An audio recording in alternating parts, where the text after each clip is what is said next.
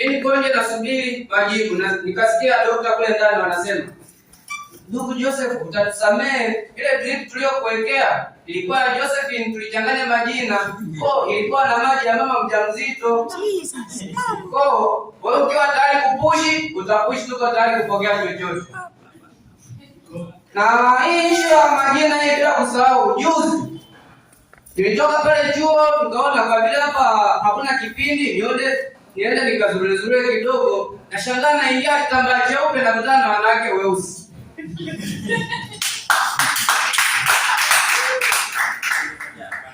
Unajua, katika issue ya mapenzi jitahidi sana kutafuta mtu, maana unaweza kutafuta mpenzi yako mpaka ukimwangalia vizuri, ukisema bwana tupige picha, unaona hata ukipiga naye picha si watu watanicheka, watasema umepiga na kamba au mtu.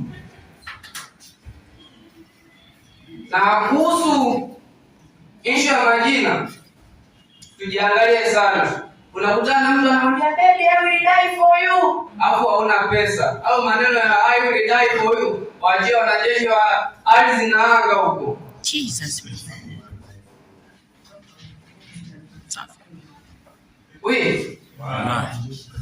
Bwana, unajua muda mwingine tuwe tunaangalia sana. Unakutana na mtu umetoka zako vizuri, tunaenda kutongoza demu, na unakutana na demu natongoza anakukataa. Ila siku umevaa nguo mbaya ndio unakutana na yule demu uliyomtongoza siku ile alikataa. Asante.